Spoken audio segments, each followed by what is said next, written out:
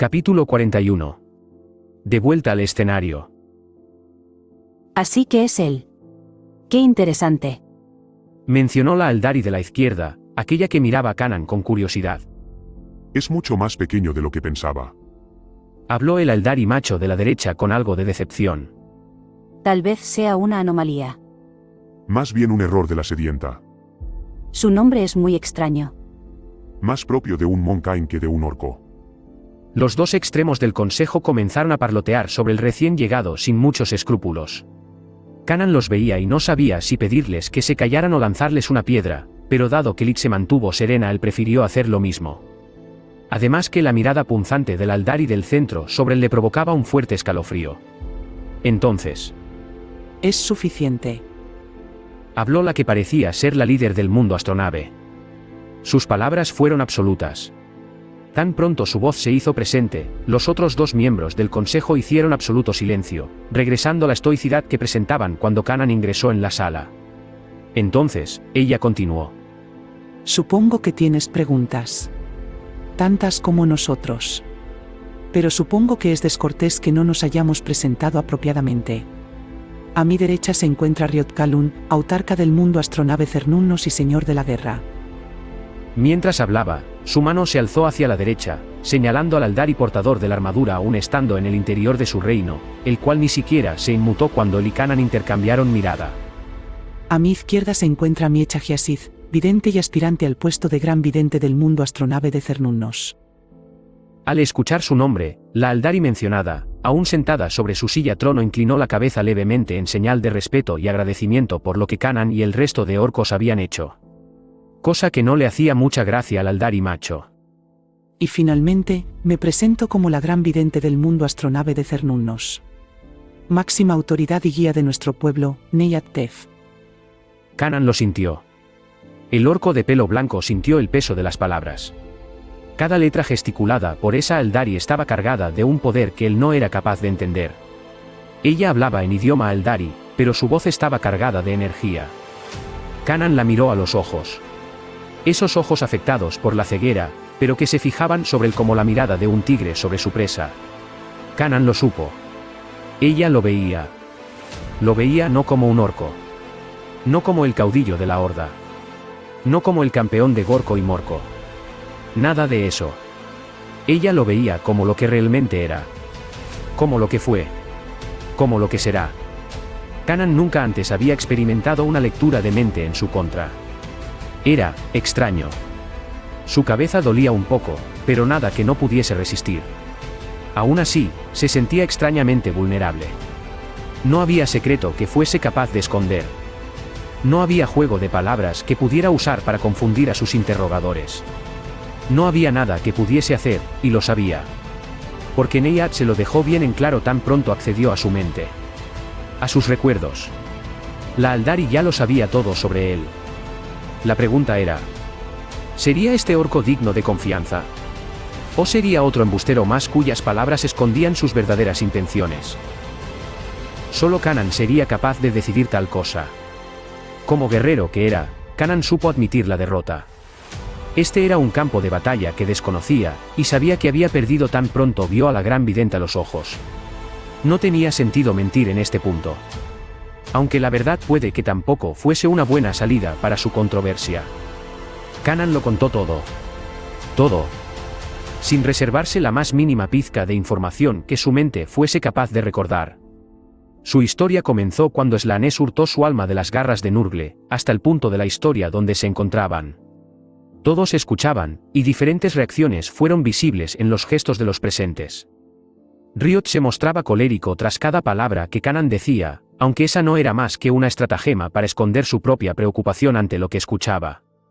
Miecha no hacía nada para esconder su curiosidad, e incluso hacía preguntas que interrumpían la historia del orco.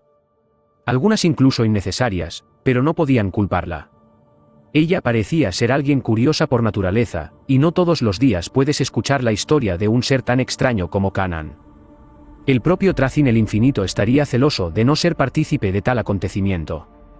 Lit hacía lo posible por esconder su asombro, pero eso era algo que solo la gran vidente era capaz de hacer. Conocer que Kanan era un Monkain fue sin lugar a dudas una gran sorpresa, mucho más saber que fue uno de los espadachines más consagrados de su especie. Pero sin lugar a dudas, el motivo de su cruzada fue algo que ninguno de los 4 Eldaris presentes fueron capaces de aceptar. Palabras que los dejarían pensando por un tiempo. Fueron 2 largas horas de plática. Kanan incluso tuvo que ingerir líquido en varias ocasiones, pues la garganta de los orcos no estaba diseñada para sostener monólogos tan extensos.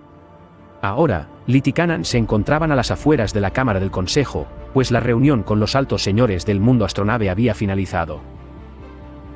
Yo debo descansar por hoy. Necesito tiempo para procesar todo esto.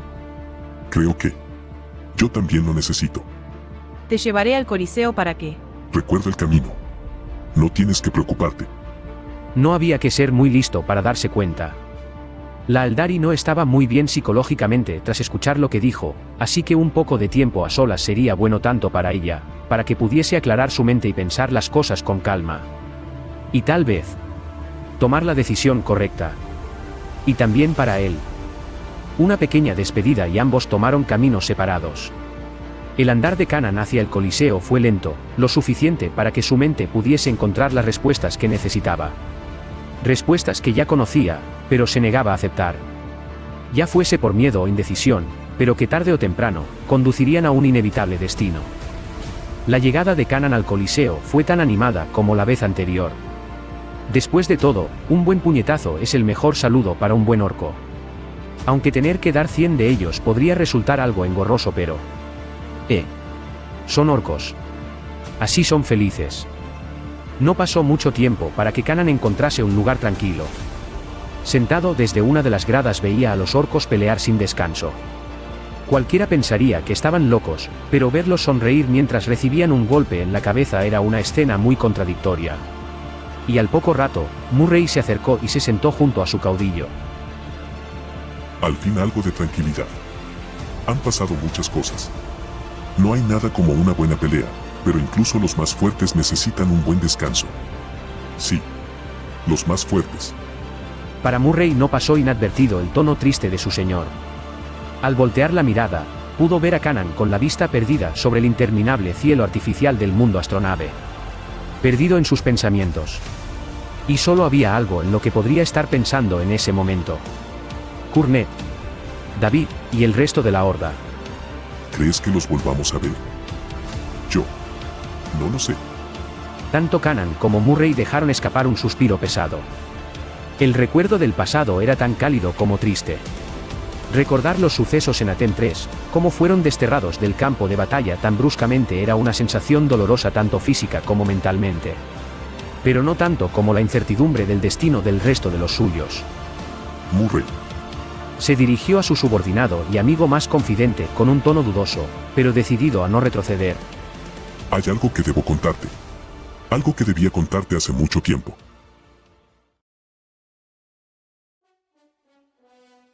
Mientras tanto, por los oscuros y nefastos pasillos de uno de los lugares más terroríficos de Comorra, un alma errante vagaba como una sombra acechante en la oscuridad de medianoche.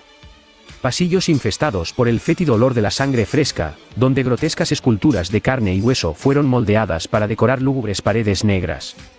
Estatuas de carne, viva. La sombra se movía como parte de la oscuridad misma. Era uno con la sombra y la sombra era él. Un artífice de la actuación y la interpretación misma de la sedienta. Su andar era un paso de ballet, sus giros majestuosos y cuasi divinos. Sus manos danzaban en armoniosos movimientos mientras las dagas que portaba entre sus dedos bailaban al compás de las melodías más dramáticas. Y a su paso, los desafortunados guerreros drukaris que custodiaban el lugar perdían sus vidas con una elegancia primordial. Su danza era magnífica. Su papel en escena era vital. Él sabía que no era el protagonista, y aún así, aclamaría todos los aplausos del público. Claro. Si los cuerpos deformes que conformaban las estatuas vivas del lugar fuesen capaces de aplaudir ante su presentación. Un alma hecha para la gran escena. Una que brillaría en las sombras más oscuras del telón. Una en cuyas manos se moldeaba el propio destino de la galaxia. Pero toda actuación tiene su gran final. El artífice de tal espectacular muestra de gracia, había concluido con una majestuosa cuarta pose de ballet. Su mano izquierda en alto, su mano derecha sobre su abdomen. Sus piernas rectas, pero torcidas en formas que parecían poco naturales, pero absurdamente elegantes. Y allí, al final de un pasillo donde la sangre drucaria adornaba el elegante piso ancestral, el solitario hizo una reverencia mientras podía escuchar los aplausos de su inexistente público. Pero su función había terminado. La música dentro de su mente se había detenido, y ahora era tiempo para el segundo acto. El reloj había movido sus manecillas y era hora que el nuevo actor saliera a escena. Pero para eso, primero era necesario remover las cadenas que lo retenía. Las puertas de una cámara oscura se abrieron lentamente, mientras la figura esbelta y enigmática del solitario se hacía presente en el lugar. El olor a sangre era intenso, y se podían escuchar los lamentos de aquellos que una vez fueron seres vivos, ahora, no más que otras aberraciones distópicas de carne que decoraban la pared de tan funesto lugar. Una habitación donde las almas iban a pedir un descanso eterno que nunca se les sería concedido. Todas. A excepción de una. Esta vez fue más pronto de lo esperado. Se escuchó una voz tan débil como inerte, y a su vez tan desafiante como una espada alzada. El solitario no dijo nada, simplemente avanzó de forma tranquila hacia lo que supuestamente era una cámara de contención. Un sarcófago negro de un tamaño colosal de más de 2,5 metros, cuya única apertura era un simple orificio donde un único ojo cansado veía al extraño Aldari enmascarado acercarse. No eres el anfitrión que esperaba. Pero aún así, igual de enigmático. El solitario era un actor. Un intérprete de la diosa de la muerte. No un parlanchín sin cuidado. El momento no requería de su voz, sino de sus acciones. Poderes más allá de la comprensión humana estaban batallando en ese salón. Un ser cuyo dios risueño estiraba su mano a voluntad, y un sarcófago pétreo fabricado con tecnología milenaria. Pero al final de la fugaz contienda, fue el arlequín aquel que se alzó con la victoria. El artefacto ancestral de hueso espectral estalló en 1000 pedazos, como si la fuerza con la que fue imbuido hubiese roto sus cadenas atómicas y consumido su estabilidad. Un enorme ser cayó sobre el suelo de rodillas, atado a cadenas tan pesadas como la gravedad de un sol y duras como el adamantio. Y aún así, incapaces de resistir la furia de un solo golpe del Aldari más poderoso y misterioso de todos. La criatura estaba libre. Un ser que podría cambiar la galaxia ahora estaba suelto en la ciudad de Comorra. Un ser como la galaxia hacía milenios no veía. Un ser, con muchas dudas en su muy maltratada mente, y mucho dolor en su torturado cuerpo incapaz de morir de dolor. ¿Por qué? Fue lo único que fue capaz de preguntar. Porque mi maestro así lo quiso. El ser encarcelado era prácticamente incapaz de poder moverse. Su cuerpo al descubierto mostraba las torturas de las cuales había sido víctima, y aún así, su voluntad parecía estar perfectamente intacta. Como si nunca hubiese olvidado quién era, o qué debía hacer. Los ojos enmascarados del solitario se intercambiaron por largos segundos. El prisionero tenía mucho que preguntar, y el arlequín tenía mucho más que esconder. Pero darle respuesta no era su papel en esta presentación. Su labor era mucho más sencilla, y directa. De pronto, el prisionero bajó la mirada, cuando frente a él, una enorme pieza de metal golpeó el suelo en repetidas ocasiones. Una pieza que reconoció de inmediato tan pronto como la vio. Un dispositivo extraño, con decenas de picos tubulares similares a agujas diseñados para penetrar la carne y aferrarse a su portador. Uno que, a cambio del sufrimiento propio, te daría el poder para salvar a los más necesitados. El motor de las aflicciones. Dijo con su voz apenas audible. Tu momento ha llegado. El resto depende de ti, primarca de los Moncaim.